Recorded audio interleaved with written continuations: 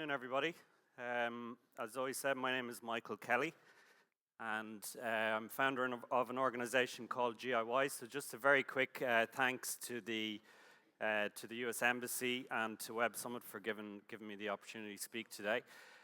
So I suppose just to start a little bit about my own story, I worked in IT for 10 years, so I'm sort of the last person that should be running an organization that's focused on food.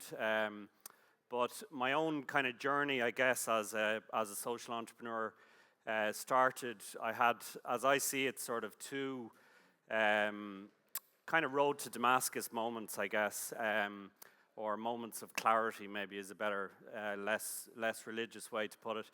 And the first one happened to me just at the time when I was working in IT, doing some, food shopping in my local supermarket, as you do.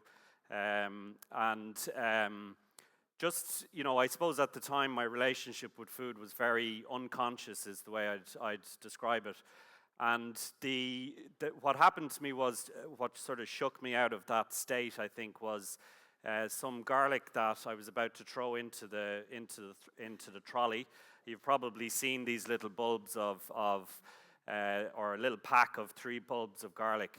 And just as I was about to throw it into the trolley, I noticed that it said product of China on the label. So this was, bear in mind, a little a supermarket in the southeast corner of Ireland in Waterford where I live. And it caught my attention in a way that it wouldn't have if it had been from France or from Spain. The fact that it had traveled so far and was on sale in 3,000 or 4,000 miles away from where it was grown, on sale for 35 cents, I think, at the time, really caught my imagination. So because I'm kind of contrary at times, I decided to try growing some of my own garlic, which I did very badly at first, and then, with a bit more success as time went on. So I suppose that's how I got started with growing my own food, and I guess very quickly over time, I was able to see the impact that was having in my own life and on my health in particular. So I suppose as an organization, we focus very much on the impact that the food chain has as it's currently set up on our health in the first instance, and secondly on the health of the planet, I suppose, just as importantly. I don't know if you can read the quote from Michael Pollan on the screen. I'll read it to you in a second. But the picture in the first instance, I think, is interesting just because it's so mundane and so everyday, and doesn't. What I want you to do is maybe look at this picture with a fresh set of eyes and think about what you're seeing. So this picture I took in a deli or a supermarket. Can't even remember where now. But this is the front window of our food chain as things stand today. And Michael Pollan has a great quote where he talks about the rules that we should have as food eaters, and one of them is that we should never eat anything that our grandmother wouldn't recognize as food. And it's a fantastic way of thinking about it. I don't know about your grandmother, but I think mine would struggle to find anything that is food in its natural form on that shelf. And I suppose what's interesting to me is the more that I grow, the more things I pull from the ground that I've grown myself, and the more things I pick off plants and so on to eat, the more alien this appears. And that, I think, gives a hint as to the power of food growing to change people's lives. So the quote, what he's saying in that quote is, what an extraordinary achievement for mankind to have created a diet that reliably makes us sick. And all of us know, I suppose, the challenges that we face globally. There's about 7 billion people on the face of the planet at the moment. And at one end, there's 1 billion people who are starving, 2 billion if you count people who are malnourished. And at the other end of the scale, there's 2 billion people who are overweight or obese. And the people in the middle, as you know, diet-related illness is endemic.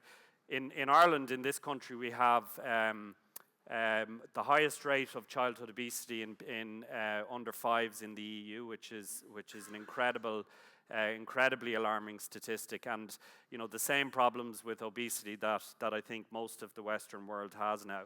In terms of the way our food chain is set up and the impact on the environment and how unsustainably we live, I mean, the garlic story about such a little cheap thing being sent across the world. Our food is in perpetual transit as it sort of meanders its way from where it was produced to where it's eaten. In Ireland, how that sort of translates here, we have a fantastic food export system. We export about 9 billion euros of food every single year from this country, but at the same time we import 3 billion euros worth of food, which doesn't kind of really make sense when you think about it, particularly when you bear in mind that in some instances the level, there's some particular types of food where we import almost exactly the same amount as we export. There's something not adding up there. So I want to talk a little, give you a bit of an example of how I think our food system is broken. It's completely bonkers and I'm going to give you an example of that. So I took the photo on the left in my local supermarket in Waterford. So you can see the dashboard of the car I've just pulled up to park. And what you can see right in front of the car is a rosemary bush. And it's about 8 foot high, it's about 6 foot wide. And if you've ever grown rosemary as a herb, you'll know that there's enough rosemary there to feed a family for a lifetime probably.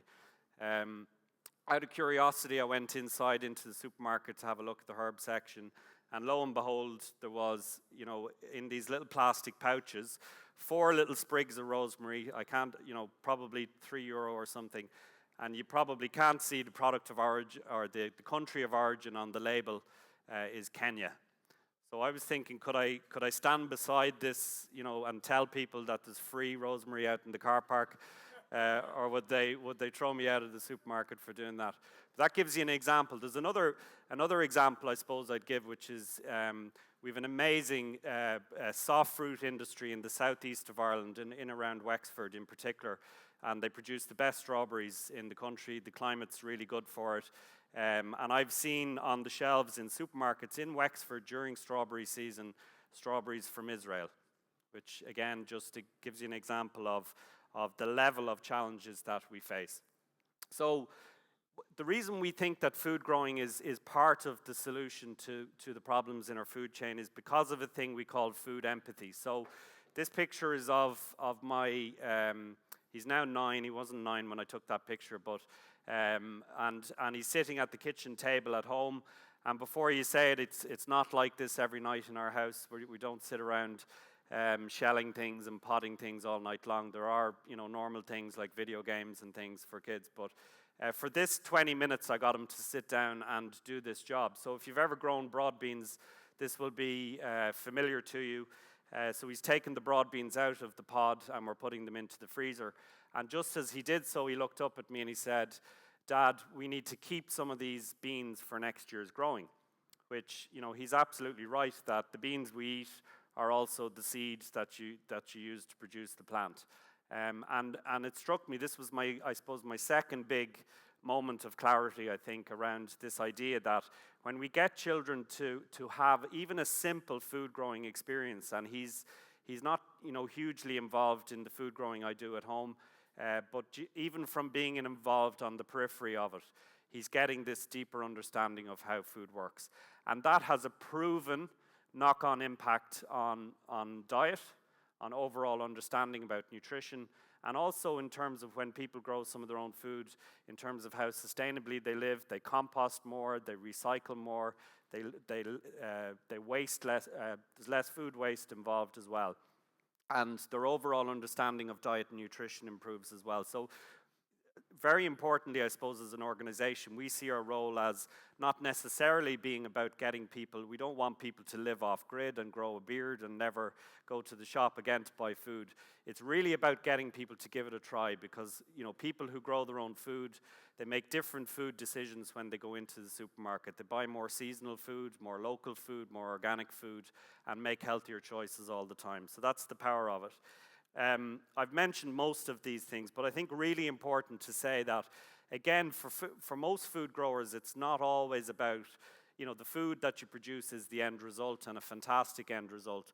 But in the process of growing food, it also has benefits. You get out in the fresh air, for one.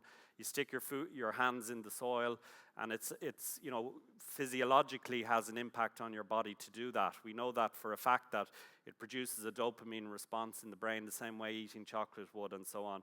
And really, it's, people speak a lot about mindfulness and so on. It's an incredibly mindful process, because you tend to switch your brain off and start focusing on what you're doing.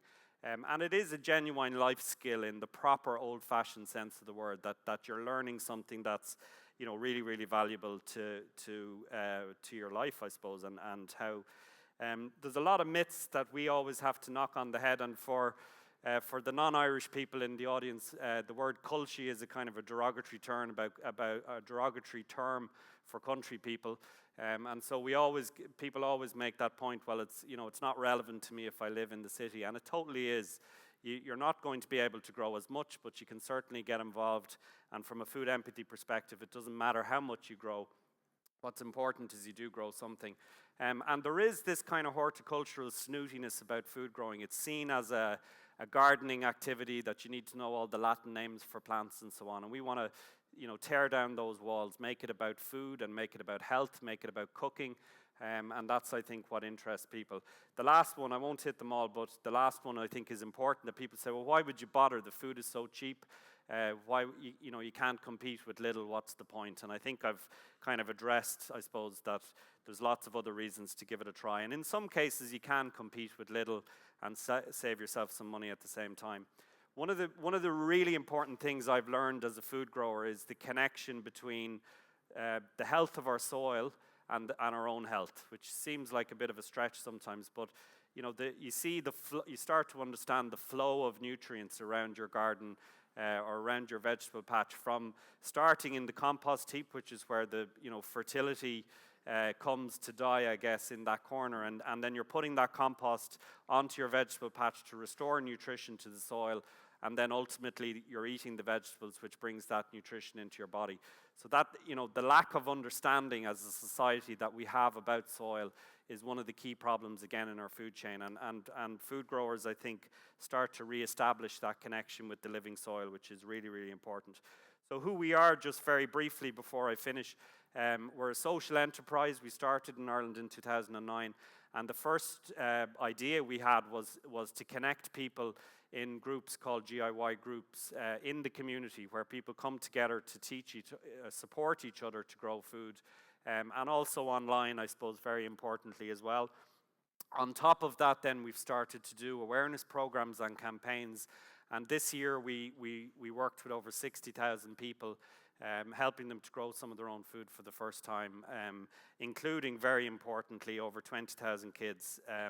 These are the kind of 4 areas where we work. We help people grow food at home, wherever home might be. Our schools campaign next year will reach over 130,000 children in over 4,000 schools in Ireland and the UK, with a very simple food growing experience that they do in the classroom. And this year, what we found is that adults are unfortunately just as in need of a simple food growing experience as children are. So we brought it right down to the level of growing some food on your desk at work. So this year we picked peas for people to grow on their desk, and that's why my talk is called Give Peas a Chance, which employees in over 500 companies did this year in a campaign that was supported by Cully and Sully. And we also do a lot of work in communities, supporting and funding community gardens around the country. And how we fund ourselves is by selling products and services that people need to grow their own food. Everything from a packet of seeds or a book, or right up to corporate programs and things that we sell. So we're selling, I guess, products and knowledge and support to fund the work that we do. A final note is that we're creating a physical space called Grow HQ in Waterford, which we're starting to build in about 2 weeks' time.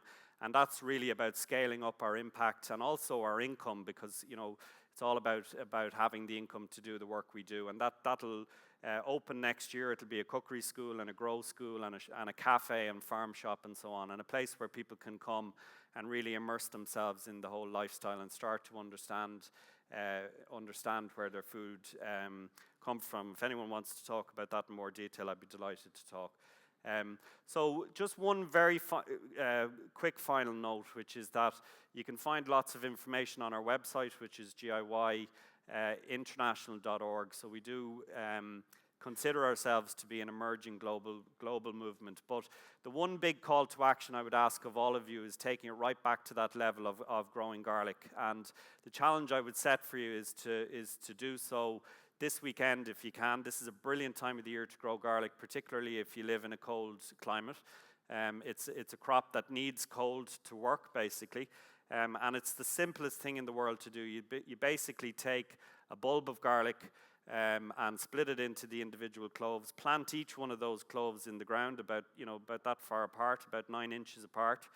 Stick it down into the soil so that it's about that much below the surface, and then each one of those cloves magically splits and turns into a bulb. So you could very easily become self-sufficient in garlic and never have to buy Chinese garlic again. Nothing against Chinese garlic producers, obviously. So that's the challenge for you. You can do it this weekend, you can do it tomorrow, do it whenever you get home, and visit our website for lots of support to help you on your way. So thank you very much for your time.